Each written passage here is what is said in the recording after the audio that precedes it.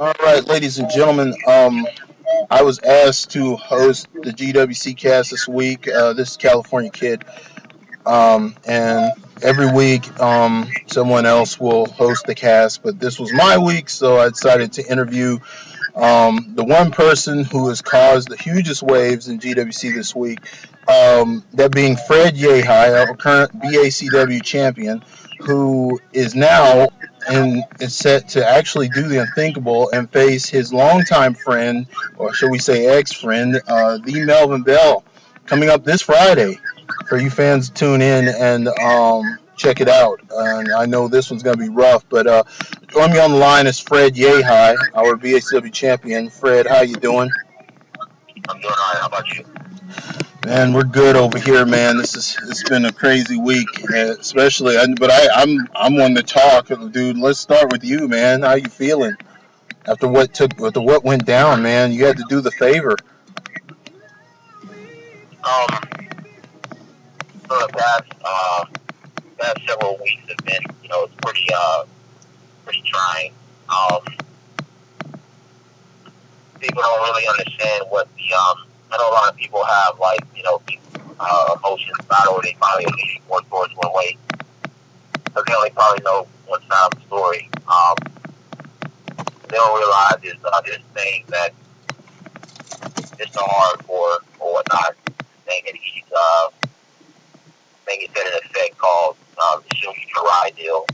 They don't really understand exactly what that is. It's just, I mean, you're gonna think the way they want to think about it, but anyhow, it's some things just cannot be explained, and some things you sound foolish trying to explain it. But I guess you could ask Ryan North, you could ask Louis, you could ask anyone who's ever been subject to the whole show you can ride ordeal. Um, just what the effects are. So I mean, you were feeling.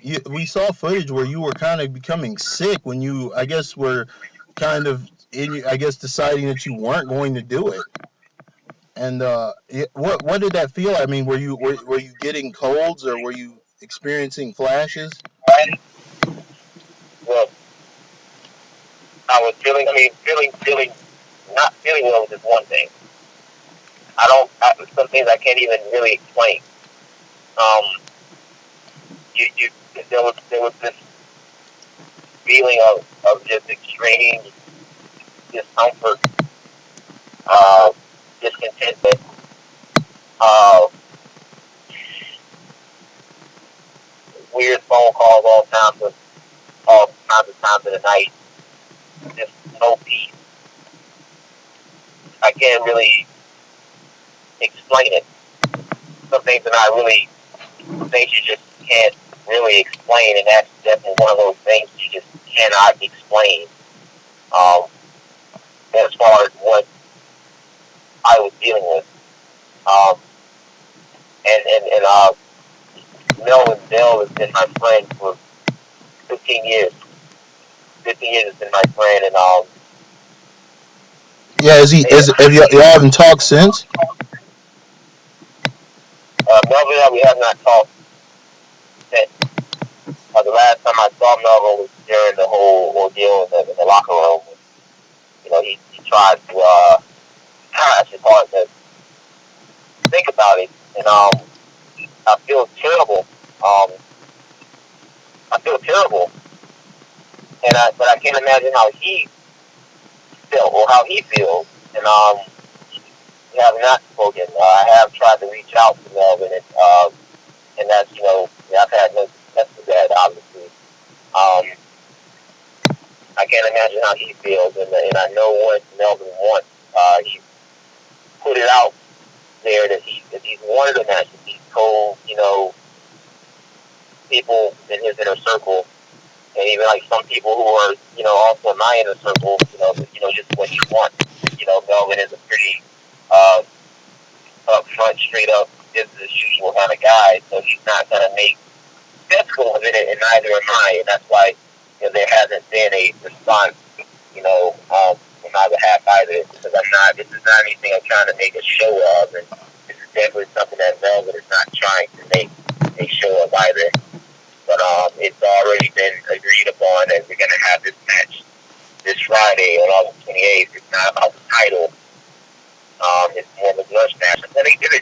and I understand it. And and we can talk about this match. We can talk about the story of this matchup. Yeah, let's I talk know you're about really had hardcore had hardcore tried to call you recently. This is kind of insight, I guess, for some of the guys, some of the boys on the roster, and some of the audience. Like, does he call you to try to continue to pressure you to do the favor? Marco actually has not tried to contact me in any form of fashion after the deed was done. Actually, I have not heard anything, no trace of hardcore since then. So I take that as he pretty much got what he wanted for this part. I don't think that's the end of it. I don't think this is the end of it. Because I mean, the whole thing is unsettling. It's really a lose-lose situation either way. There's a lot more to this than what mentioned. If you understand the back history of Melvin and I know that there's always going to be a sense of competition between two guys who are involved in something like wrestling or even just sports in general. But especially in wrestling, like we can be the best of friends, in the back of our minds, we always wonder who's better than the other one. And the fact that growing up, we both wrestled in high school, we both went off to college, and my luck was different from his. And I'm not saying that any of his success was luck, but I couldn't compete at the varsity level in the NCAA because of the clearinghouse. He went on to NCIA or whatnot, competed in Iowa, and became an All-American. And then breaking off into the pro ranks or whatnot, I get involved in the Indies. He went to training and kind of stopped because life got his attention in other directions, and I went on with Indy and became a name in the Southeast. And then we're involved in this BHW thing, which is a cross between backyard and pro. And he can compete with anyone, and but he's not the one being talked about. So there's always going to be a sense of competition, and I see how in this case, for a few years now, people have seen him with not really just people, but I do kind of have suspicion that he's probably seen himself as someone in my shadow. I can see that, and I understand. And on the other end of the spectrum, Mr. Hardcore is made reference and continue to complain time and time again to GWC management that you are in fact not a backyard wrestler anymore.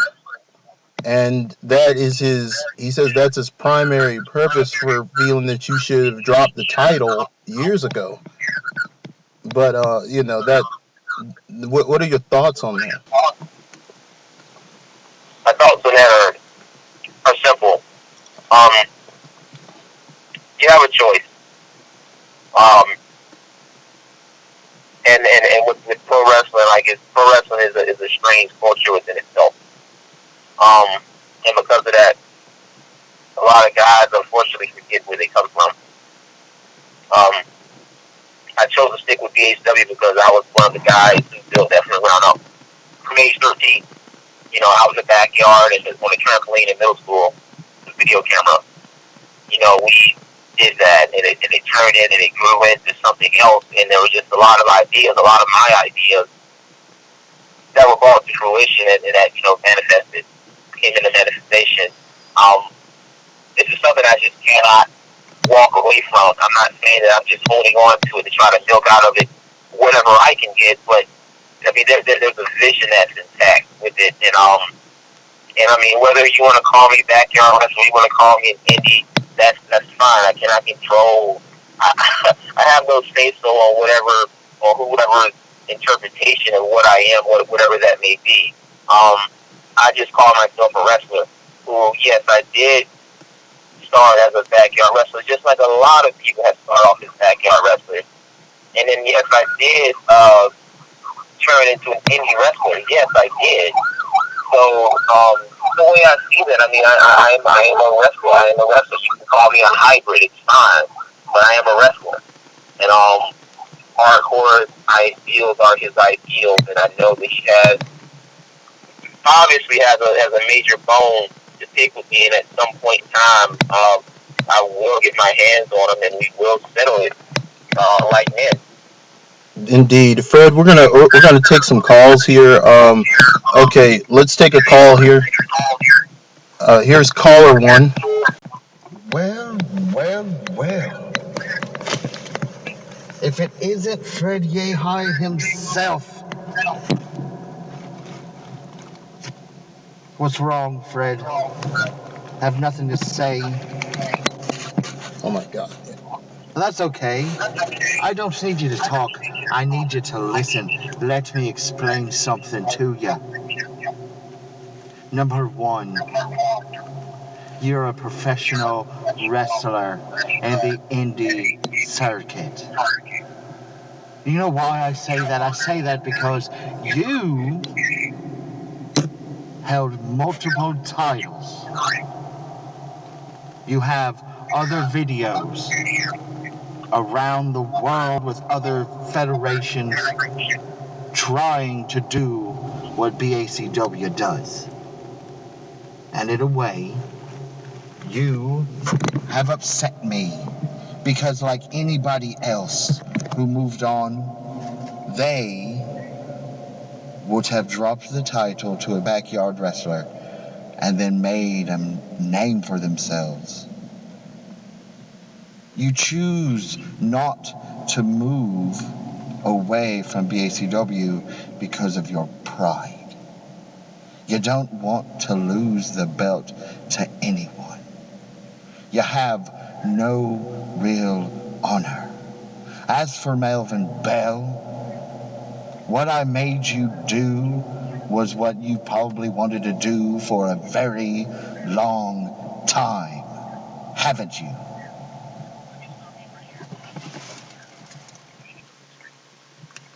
All right. When you talk about pride, and you are right because it is about pride. It actually is. I take pride in BACW. I take pride in holding that title. I take pride in holding that title for as long as I've held that title. And because of that, I'm not just barely just going to just drop that title just because in my own mind I moved a step higher. No, I'm not just going to just drop the title. There's too much history invested into that title. No, if someone is going to get that title from me, they're going to earn it. They're going to beat me for it. They're going to show that they deserve that title. So that's how protected that I see that. That's how much I protect BACW. That's how much I've invested in the BACW. I'm not even going to do that. I'll ask yourself the same question. If you ran a business for 20 years, and you got a bigger building somewhere else, you got another business somewhere else, you're not going to just hand that business over to someone who's never had any experience in business. You're not. You're not. It's only fully accepted that someone comes along who is far more capable than you are to take over that business. Because when you look back, you still want to see that business you had for 20 years. You still want to ensure success of that business. So yes, you're absolutely right. It is about pride. It is. It's about pride. And no, I have not forgotten where I've come from. And no, this was not based off of my own selfish intent.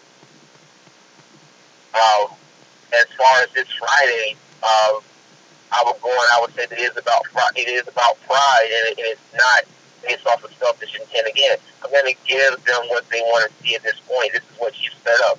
You're master pulling strings, and you got one. You got this one. You got this one, and they're going to get what they want to see. I'm not going to go in there. I'm not going to lay down the Melvin, and I don't think that he would expect me to lay down either. I'm going to meet them there, head up, and we're going to give the fans what they want to see. A good old fight, a good old wrestling match, meat and potatoes. They'll enjoy the show. Well, you'd be about right on that one. But let me explain something. When it comes to Melvin Bell, that lackluster loser, all I've done for him was put fire into his ass to actually give a shit and not worry about his businesses. You see, he's been ignoring Skrilla for a long time. And I decided that maybe to get him back into the swing of things, if I had you to disrupt what he was working for, he would, I don't know, what's the word, progress. But instead he hasn't. What he's done after your favor was hide out. Worry about his own self.